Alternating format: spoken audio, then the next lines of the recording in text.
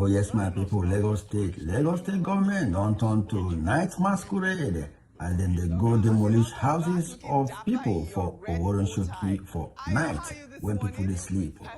People of that place don't turn to active voices because this one don't enter their bones. As that one they happen, Omoyele Sowore and a lawyer Anambra Kano's lawyer don't come off from detention.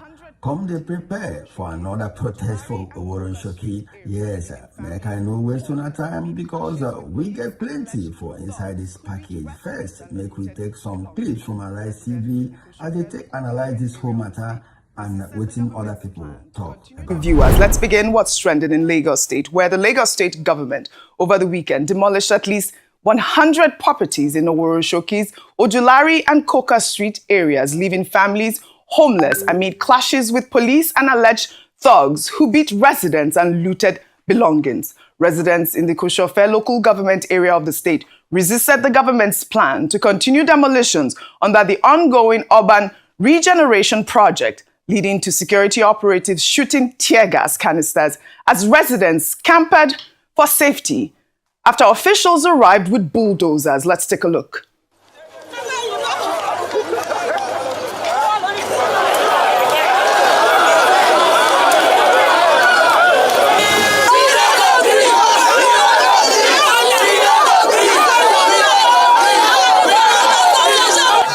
The massive resistance by the people of Precious Sea. And this is the Lagos State Task Force with their tear gas and their caterpillar. Again, they are about to demolish. They are telling people to arrange and to leave their houses and their lands. Now they have demolished our house. We don't have a place to stay. I don't have house. See me. I don't have house. Just when thinking they demolish our house. Today now they still want to demolish. What do we do? What do we do? What can we do for the government? What's happen? Look at what Lagos State Task Force are doing to us. We resist. We will stand our ground. We are not to return. As you can see, we are all tear gas in our houses. But the people are resisting. They are saying no to a land grabbing Temu Pharaoh, call himself a king. Fortunately, this confrontation marks the latest escalation in a months-long dispute over the demolitions in that area. The controversy began after several buildings were demolished in September, triggering protests on the Third Mainland Bridge, with residents saying bulldozers moved in at night and demolished houses without adequate notice, leaving many families homeless. Well, on Sunday, a video emerged showing a bulldozer demolishing a house, allegedly with people still inside. Let's take a look. They are going to kill people in the house. They are going to kill people. They are going to kill people. There are people inside the house. There are people inside this house. People will get rich for this area. They don't get them. Who wish for this area? Tell us something they ain't knock. Well, this operation has drawn widespread condemnation online. Conducting demolitions at night, allegedly with thugs beating residents and looting property, violates both procedures and basic human rights standards. Let's take some tweets. This is from Badibo Rose Survivor, who wrote, "Government cannot exist only for the interest of the rich. In a state that is over 75% poor, you cannot justify coming like a thief at midnight to demolish people's houses without giving them time to move their belongings. These lands are being appropriated to be sold for huge amounts. Those costs must factor in a dignified, honest, and transparent relocation program for all those affected. The Lagos government cannot solely exist to serve the interests of the rich. It is #OurLagos. Another ex-user wrote, "This is pure lawlessness and wickedness, demolishing people's homes in the middle of the night while they're still inside. That's not enforcement. That's an inhumane act, even in a country where order is fading. This level of disregard for human life is terrifying. Lagos deserves better governance, not midnight terror against its own citizen." Another ex-user wrote, "This is what we call made in Lagos, Nigeria. You demolished a building in the night when you can barely see anyone needs to be rescued due to the demolition, or if something needs to be protected first. Demolition companies need to think about health and safety before using that machine. Sadly, most of these companies' founders obtain their licenses not by going through the knowledge of demolition. Lagos State Government, Babajide Sanwo-Olu, while visiting other great cities, should explore the demolition companies and check how it's done. Health and safety is important. I mean, Dr. Patti, this is huge because it's not just infringing of people's rights. There's also the health hazards associated with demolition a property. But in a swift rebuttal, the Lagos State Government or the Lagos State Police Command defended the demolition exercise with Public Relations Officer Abimbola Adebisi denying reports of illegal action and officer misconduct during the exercise. Well, in an official statement, the police asserted that the demolition carried out by the state government agencies followed all legal processes, stating that official notices were given to occupants over several months and compensation had been paid to those affected. And we're getting reports that some leaders in the community are insisting that no compensation was given to them before this new round of demolitions. As we speak, there are talks of protests that will be going on the third mainland bridge by residents of those that have been affected. Meanwhile, senior advocate of Nigeria and human rights lawyer Femi Falana has accused the Lagos State government of carrying out unlawful demolition in Oworonshoki. Falana stated that the Lagos State High Court had previously issued an interim order to halt further demolitions, but the state government allegedly acted in flagrant breach and contempt, and he argued that the action by the Lagos State government is a mockery of the rule of law. Well, the Lagos State government has defended the action as necessary to remove illegal floodplain structures to prevent flooding, saying it has started compensation payments of up to 300,000 naira to verified claimants. Well, the government also held a ceremony at the Palace of Oro Kingdom, supervised by the Lagos State Urban Renewal Agency, to present checks to 79 Oworo community residents. I mean, we have images here, we have pictures to show that the Lagos State government did offer these residents compensation. Dr. Patti, I'd like for you to unpack all the stories. Okay. First of all, the fact that they actually disregarded a Lagos State High Court order, as Femi Falana has said, and demolishing people's property in the middle of the night. Okay, there are many dimensions to this. The legal dimension, the equity dimension, the traditional dimension, the ethnic and political dimension. Let me take them one by one.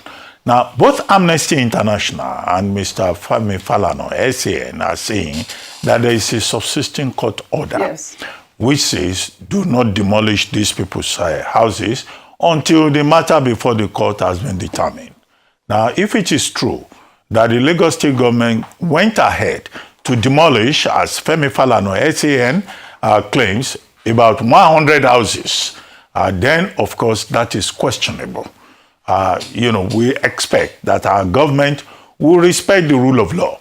When matters are pending before courts of law, government should be responsible enough and not engage in the act of impunity of disobeying the court of law. That is the legal part of it. There's also the traditional part of it. The people of Oworonshoki, they are saying, particularly in the Ujulari community, that their Baale is also complicit. You will expect that a traditional ruler would defend the interests of his people. But they are saying that the Baale of Oworonshoki has a case to answer because they claim that he was the one who even invited the police when the people were protesting. And there have been reports of people being brutalized and also being tear-gassed yesterday by the people of the community, on the basis of which the people are now threatening that they will lock down Third Mainland Bridge this morning. I do not think that the people, no matter how aggrieved they may be, should take the laws into their hands and then lock down the Third Mainland Bridge, and other innocent Nigerians who will need to do business between the mainland and the island will now have to suffer for either the negligence of government or the negligence of the Baale of Oworonshoki. The third part of it has to do with how the state government is treating all of this. Tokumbo Wahab, Yes. who is the commissioner in charge of housing or environment. Environment and water resources. Yes, it was on Arise TV over the weekend, and he said that, look, the government of Lagos State is only acting in line with the law, with environmental regulations. And there is a 2013 law that says that, look, the Lagos State or ruling of the Supreme Court that says that the state government has the right to regulate planning, physical planning and building structures within its jurisdiction. And that in Oworonshoki, as well as in trade fair, that what you have is that these people have violated the law. Right. And that the Lagos State government is just enforcing the law, removing illegal structures which are constituting a menace to environmental safety in Lagos State. Mm-hmm. We say that, look, why the law is important, why we say also that the government must respect the rule of law, now government must have a human face. This is the point. The big danger in it is that people are now reading ethnicity and politics into it. When it was the turn of the people at trade fair, the argument was that, Igbos are being targeted in Lagos State, Igbo buildings are being demolished. Now it's Oworonshoki. All right, Dr. Bati, it is Yoruba people. We have limited time, but at the end of the day, you are absolutely right. The fact that the government has to have a human face in this whole thing is the major point, Dr. Dr. The politics Bati. now is that people of Oworonshoki are saying that they voted for APC, that they are APC supporters. Now they are demolishing houses of APC supporters in Oworonshoki. But Tokumbo says it's about law. Yeah. It's about regulation. And that people must learn in Lagos State to respect the rule of law. However, it is a question of how the government of Lagos State wants to be remembered. Right. All right. I wish we all had a moment to speak on this, because the idea that these people went in the middle of the night and you heard some people saying, there are people living in there. I think it is really absurd and it's completely inhumane. I think this is the point that should be stressed really as well. There should be some also sort of a relocation order as well from the Lagos State government for these residents that are clearly aggrieved. Well, we'll head over to Anambra State now, where Governor Charles Chukwuma Soludo has stirred controversy after announcing cash rewards for every ward won by his party, the All Progressives Grand Alliance, in the forthcoming November 8 governorship election. While speaking on Saturday during the party's campaign rally, Soludo promised to give 1 million naira to any ward that wins, while the first 3 performing wards will get 5 million naira, 2 million naira, and 1 million naira respectively. Well, let's take a look before we take some reactions. Now, can we get there? Uno ega batasia next week. Uno kana alatasia kana menka. We will another prize. Maka November 8. November 8. Another challenge. Another challenge. Another challenge. No room banine ward up win. Uno win ran a ward on another 1 million again. Mana no room banine ward up first, they went up 5 million. Ward up second, they went up 3 million. Ward up third, they went up 2 million. After November 8, can the ward up first get that?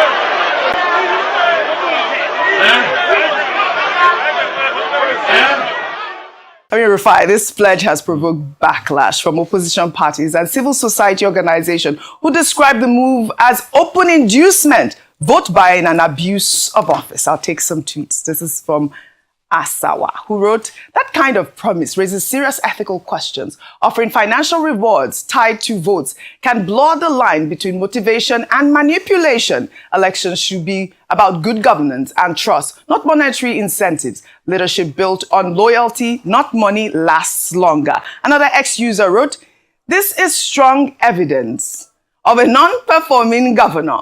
Good governance speaks for itself. You don't need to reward people to deliver your mandate if you're performing. Encouraging vote buying is a sign of failed administration. Shame on this man." Well, the Anambra State Commissioner for Information, Dr. Law Mefo, has dismissed the accusations, describing the governor's promise as a simple act of motivation to energized supporters. Rufai, I know we've discussed this, but I want to also tie in this story so we can discuss both really quickly. Meanwhile, 6 members of the National Youth Service Corps have filed a lawsuit against the Anambra state government, Chukwuma Soludo, and the state's vigilante group, Agunechemba, demanding 1 billion naira in damages over an alleged assault and unlawful detention. The corps members whose assault by gun-wielding vigilante operatives, including the reported beating and stripping of 1 victim, was captured in a viral video in August. The corpers are seeking compensation for the mental, physical, and psychological trauma suffered after being falsely accused of being internet fraudsters. While in the lawsuit filed before the Federal High Court in Awka, the plaintiffs are also requesting the court to declare their abuse unconstitutional and to compel the respondents to issue written public apology in national and local newspaper. I love the way that citizens take up their rights at this point. I think that it is quite instructive that they were able to go ahead to sue the government. I mean, this Agunechemba, we've seen that they've been harassing people for a while. Rufai. You see, all the stories just show a thread of lawlessness. Correct. It is only in a lawless country that there's going to be a court order and they will still go ahead and hurt people and do demolition in the night. But in the same country, the police now expects everybody to respect their court order of protest. You can see the lawlessness and the hypocrisy. It is also part of the lawlessness that makes a professor be announcing monetary inducement for votes. During a rally. During a rally leading up to an election. This is the same professor that said he will turn the place into Dubai. If he has truly turned the place into Dubai, all he should just say to the electorate is, I remember I've turned this place into Dubai, vote for me. But because clearly the place has not been turned into Dubai, what has it been turned to? It has been turned into a beating parlor when NYSC members are being beaten due to Agunechemba activity, and now they are being taken to court. So it's a cacophony of lawlessness. But the funny thing is that this government now think that they will not enforce the law. Agunechemba means the lion that protects the community. Yes. Maybe they have to do something about that name, because I don't see how lions can protect a community. All right, very well. And these lions in Anambra, they are now devouring the community. We've heard so many stories about it's a problem them, really, about even the nomenclature of name. Agunechemba. Well, all right. We'll head over to Edo State now, where Aisha Wahab, the 22-year-old girl from Auchi who was abducted 2 weeks ago, regained her freedom over the weekend after a 20 million naira ransom was paid to secure her release. Human rights activist Harrison Gwamanishu, who helped secure her release, called out the Edo State government for failing to collaborate with rescue efforts. Well, in a post on Instagram, Gwamanishu, who is the founder of Behind Bars Human Rights Foundation, said security agencies and the Edo State government failed to respond to calls for collaboration during efforts to rescue Aisha, and as such, he couldn't move in to capture her abductors. Gwamanishu explained that certain technical equipment required for the rescue operation could only be deployed with official authorization, which was not granted despite repeated attempts to reach the authorities. Well, in a heartwarming video, Gwamanishu shared the moment Aisha was released. Jesus. Oh yeah, turn. Sorry. Take care. No worry. Aisha, how do you feel? I feel so happy. I'm hot. Thank you. Mama, should I tell you say your picking will come out today? Yeah, you tell me, you try. And she came out. God go help you. Assalamu alaikum, go thank you. Assalamu alaikum. Assalamu alaikum. Assalamu alaikum. Assalamu alaikum. What do you do me? Assalamu alaikum. God will go bless you. Assalamu alaikum. Assalamu alaikum. Assalamu alaikum.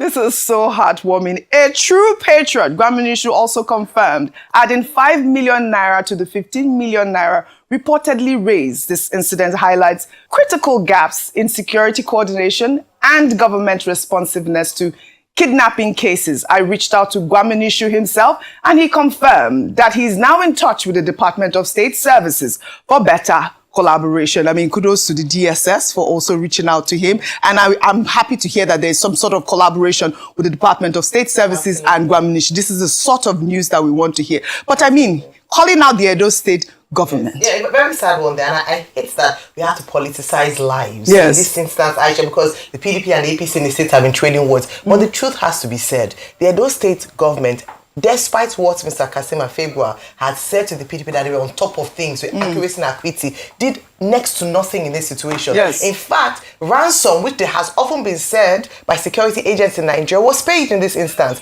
And that's why we keep saying that the reason why ransom payment cannot stop or has not stopped is because the people feel helpless, number one. Number two, the state security operatives did nothing, even when this private citizen asked for collaboration with them. It is high time the governor stopped going around politicking and finally get down to the business of governance in the state. Instead of going around advocating and campaigning for the president, let him give Edo State people what he promised them during campaign season and actually be governor in that state. And that's what we're asking. I think it's quite a shame that it got to this point where they said trading was over human life.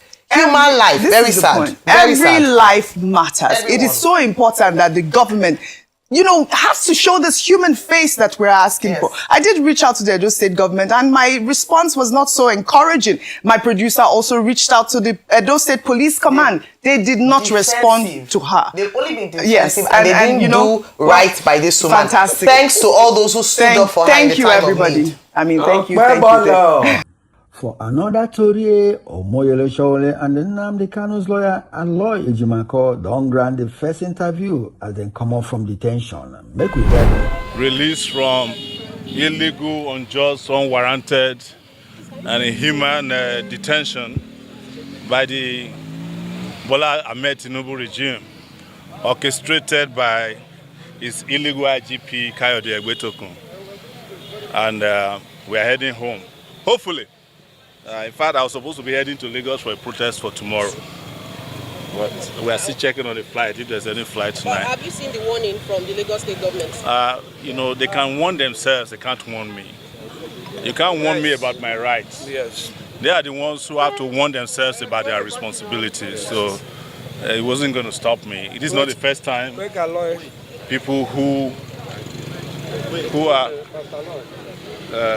paid to protect have become very likely responsible and warning people not to exercise their rights. So you can't warn me about my rights. Okay, now in the build up to the protest, the police had actually issued a warning and they said you contravened that warning by entering into the restricted zone, which was why the lawyer of Nnamdi Kanu was also arrested. The lawyer of Nnamdi Kanu is here, but before he speaks, I'm not a lawyer, but what I know is that if a court gives an order and there's a contravention of that order, you go back to the same court to complain to the judge. It's not the job of police to take it upon itself to be enforcing court orders that it had interest in. But even if they don't have interest in it, there was a court order issued by a judge saying don't go to certain areas. If you want to review the order, you go back to the court. If you want to complain that the orders were violated, you go back to the court. Absolutely. So the police, being an irresponsible organization in Nigeria, took laws into its hand. And I can guarantee you that those court orders were never served on us. If you look at the Schedule 3 of the court order, it says serve them by Friday. So no court order was served on us. But assuming it was served on us, even our courts understand that there are certain areas or boundaries you cannot cross when it comes to fundamental human rights. Okay, it's been alleged that the reason why you spent a long time in detention was because you called Egbetokun a useless IGP. No, is it not useless? Yeah. Well, it's not allowed. Okay, so what's your word in terms of the justice system, seeing what played out when you were beaten and manhandled in the court? It's not the first time they will do that. You must have seen a plethora of police attacks on me. Since 1992, some of the police who attacked me had to fight for their retirement benefits a few weeks ago. So it's to also tell the police that are doing it now that they will soon meet their Waterloo. There's no question about that. But most importantly, our goal is to fix the country. We can't be going after small issues, including individuals. The country we want to fix, that's what is on our plate. not this individual police. I cannot be banding words, for instance, with the police PRO, who I know doesn't know his left from his right. I can't be banding words with the IGP, who I know no longer is no longer in the police force. And you cannot be IGP if you are not in the police force. And they understand it. That's why they lose their mind. So I have been through about 7 presidents in my lifetime since probably more now, since 1992. Several police IGPs, and some of them I've had to help in the course of some of them I had to assist where they were even still serving. Yes. So these are not issues that bothers me a lot. Anybody who is doing what we do knows that your second vacation home is prison. 100%. The service chiefs, I need you to comment on that. The service chiefs, let me tell you, I was the first to complain about that one who said he wanted to fence Nigeria, Musa. That one doesn't know his left from his right, but he's still even better than Ebetokun. Ebetokun should have been fired if Tinubu were to be serious. But, I'm not an advisor to the president, and I particularly don't care what Tinubu does with his illegitimate regime, honestly. So Barrister Aloy, please, we would like you to share your experience, considering the fact that we're actually living in denial, thinking you'll be released on the day you were arrested. And what has this experience actually taught you? Well, this experience is traumatic. Speaking honestly, it's traumatic for me. It's traumatic for my colleagues, everybody. If you say it isn't, then you are in denial.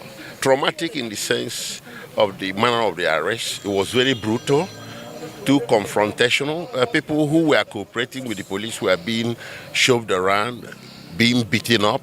Some of them sustained injuries. Tear gas canisters were deployed directly at most of us. 2 had impact on me. And in fact, if we didn't have strong lungs, some of us would have given up the ghost on the spot. I don't think that type of brutality has a place in a well-ordered modern society. This is the type of thing that we need to do away with in Nigeria. Even at the police headquarters, CID, Gariki command, they deployed several canisters of tear gas just to get us to bundle us into vehicles that will take us to Abattoir. He didn't need to do that because we were already under your control. So that's something that is abhorrible and should be condemned by all and sundry. It is not good. It's unlawful. It's brigandage, and it is executive rascality in high places. While you were in detention, Mazi Nnamdi Kanu actually let go of his defense team. Now, we are starting to hear that he is saying there's no case of reshuffle. What is your take? Considering the fact that, you are also among those defending, and this even led you to be sent to the police. Where the protest was directed, let me make this clear, the protest was directed against the presidency, not against the judiciary. There are things that come first. If the presidency or the executive branch of government does not put you up for trial, no court has the authority to initiate prosecution against you. So it's a question of where to place the blame. I've noticed a lot of understanding as if we are protesting against the court. No, the court didn't initiate it. The presidency did. The attorney general did. So if the presidency or the executive branch says Nnamdi Kanu's case should no longer be prosecuted, the court will have nothing to try. Exactly. This is our point. So those people saying, Nnamdi Kanu is on trial and we are interfering with judiciary, contempt of court, blah, blah, blah. No, come on. That's complete misunderstanding of the situation. Yes. It is Tinubu we wanted to talk to. You don't have any business prosecuting a man that has done nothing wrong. Yes. And a man you brought into the country under situation that offended humanity, international law, and even Nigerian law. Yes. You don't have a business putting him up for trial. So withdraw. Under Section 174, I think, of the Constitution, he can direct the Attorney General to do a nolle prosequi.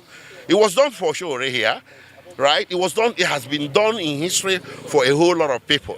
The presidency or the executive branch or the attorney general can say, we are no longer interested in the case, and that's the end of it. That was the purpose of the protest. Yes. And I was the organizer, by the way. He initiated it? Yes. Okay, Barrister Kingdom.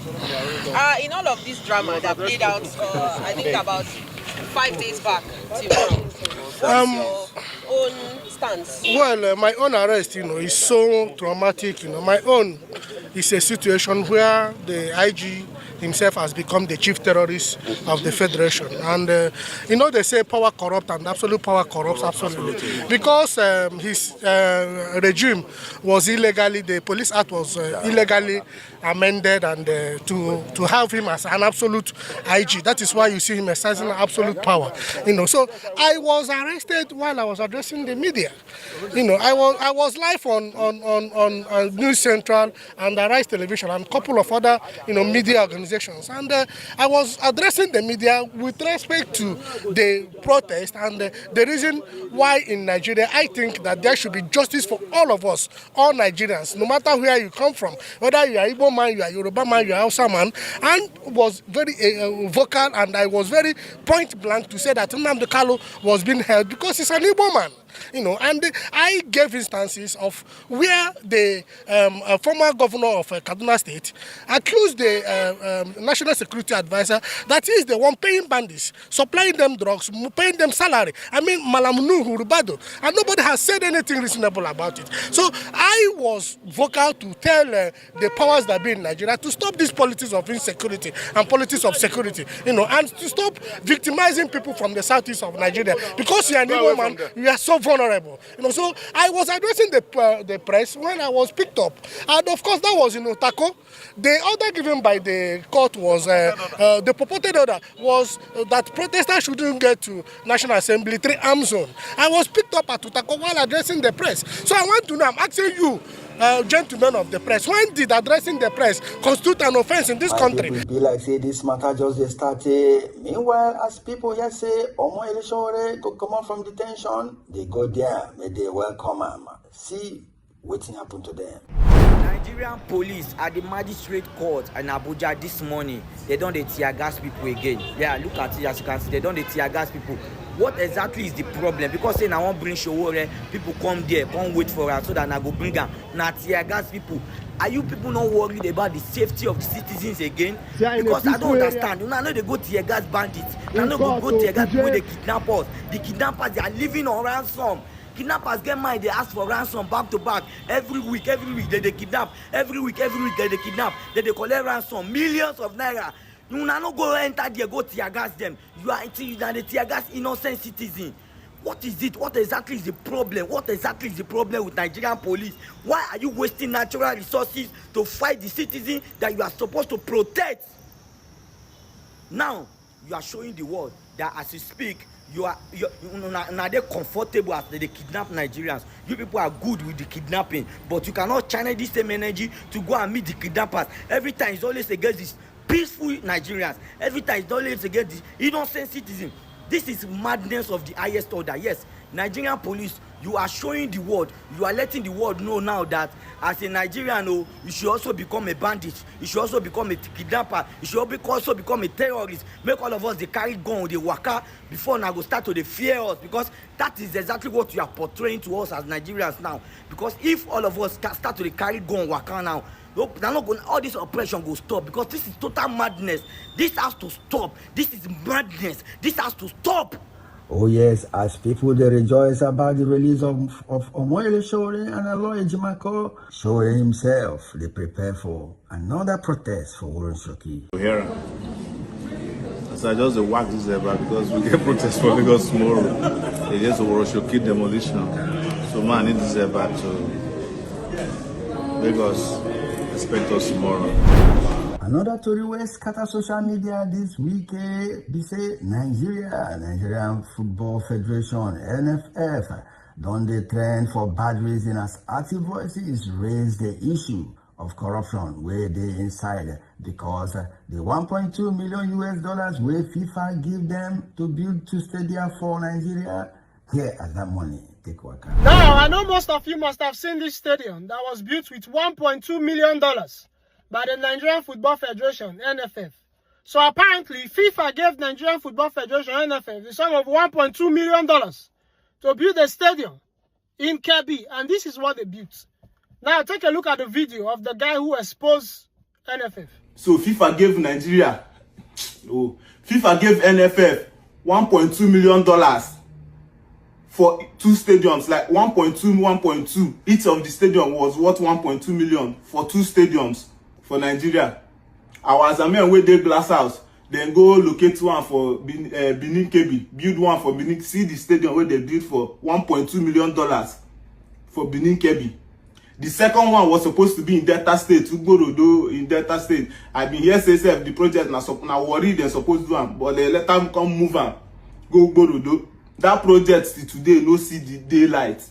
That money enter voicemail. Na story they talk on that project till today. FIFA has also gone ahead to use the picture of the stadium as one of their display picture on Twitter. Take a look at it. This is a huge slap and a huge mockery to the Nigerian Football Federation, NFF. And this is the current chairman of the NFF. This is the current chairman, Ibrahim Musa. And this is the previous chairman of the NFF, Amadou Picnic. So to the Nigerian government, to the House of Assembly, to the Nigerian police, the EFCC, the ICPC, please, there have to be an open investigation into the Nigerian Football Federation, NFF, to explain how they use that, what they use that money for. Because whether we like it or not, the NFF has sabotaged the lives of so many Nigerian youths for more than 4 decades. Nigerians are as good with sports, especially football, with the same way we are good with music. We are extremely good at sport. Nigerians love sports. But the NFF has ruined the Nigerian Football Federation because of corruption and greed. For more than 4 decades, we are currently eating our future because of greed. So much greed. And in case you don't know, sports promotes discipline. Sports promotes healthy lifestyle. We have a lot of Nigerian youth who are now into drug addiction, alcoholism. These are people who are supposed to be engaged in sports. We have kidnappers who are supposed to be footballers. Because the NFF for the past 4 decades has kept on sabotaging the Nigerian Football Federation. So to the Nigerian Football Federation, NFF, we require accountability. Because we will not continue to allow you eat the future of the Nigerian youth. See wetin Pato Rankin build.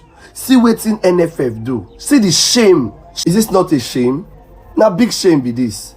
See wetin Pato Rankin build. See wetin NFF collect $1.2 million. Take build. NFF, you people are demons. If EFCC does not go after NFF, if EFCC does not probe Amadou Pinnick, if EFCC does not probe Amadou, then EFCC chairman, you don't deserve to be in that seat.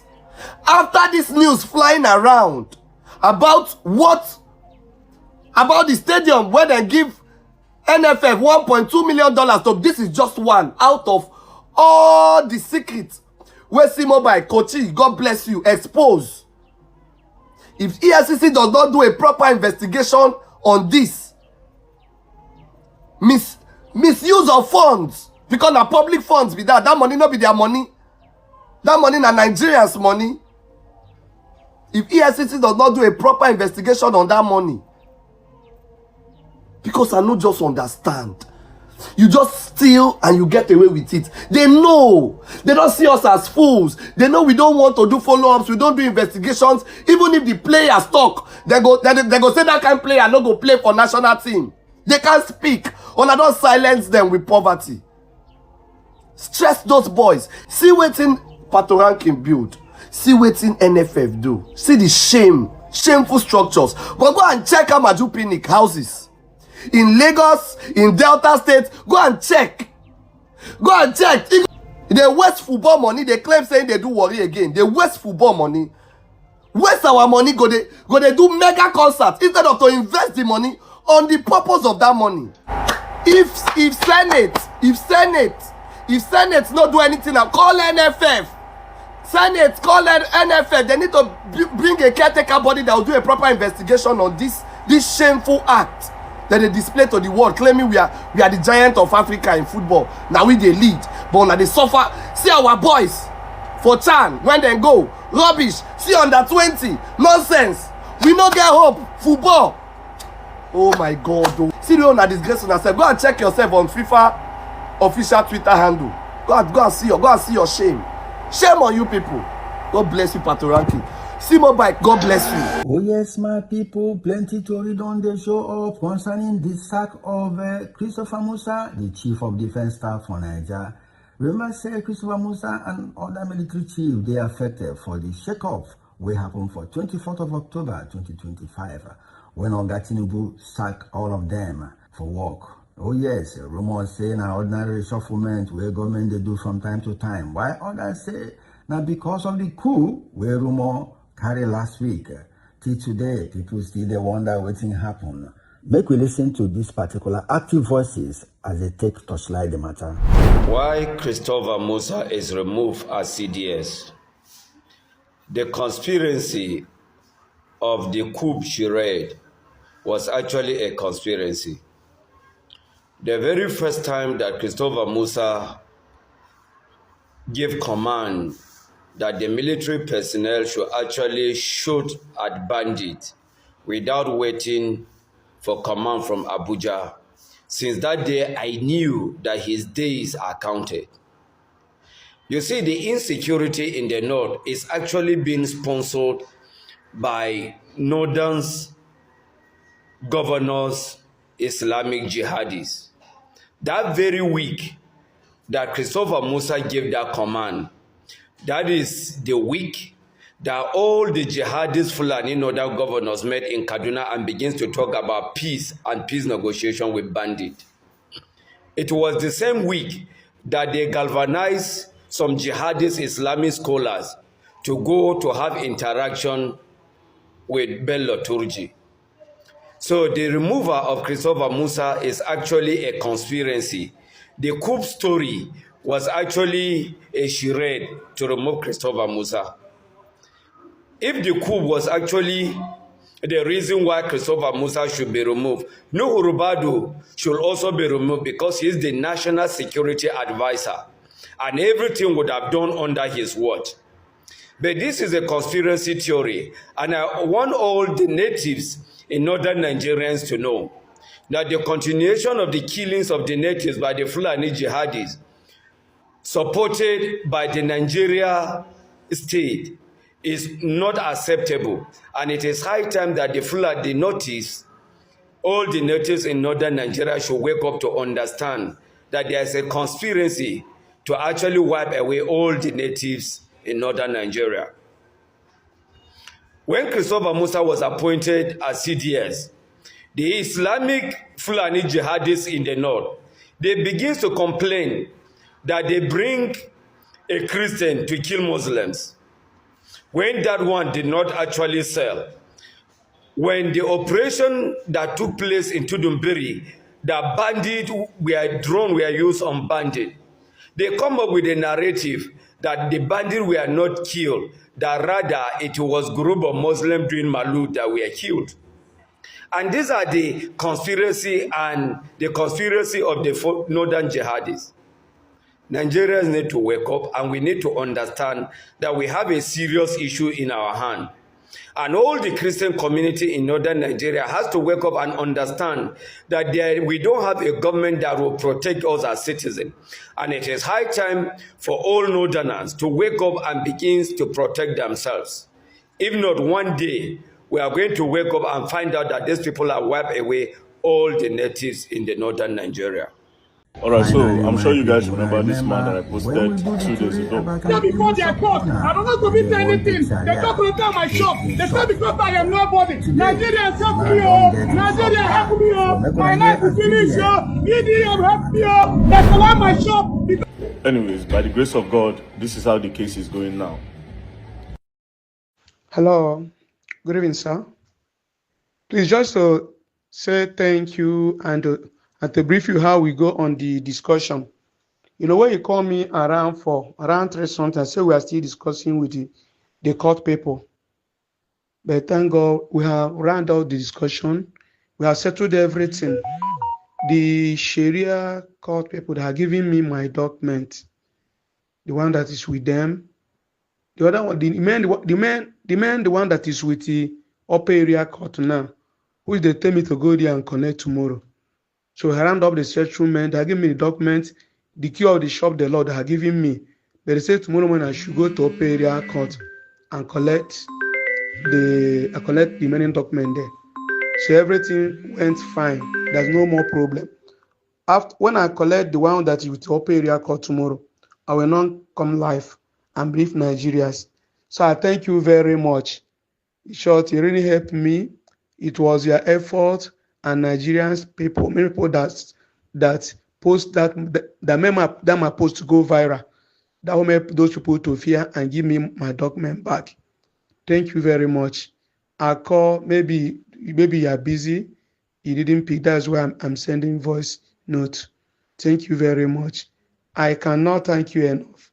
It's just God that will pay you. Thank you. Yeah. My praise too.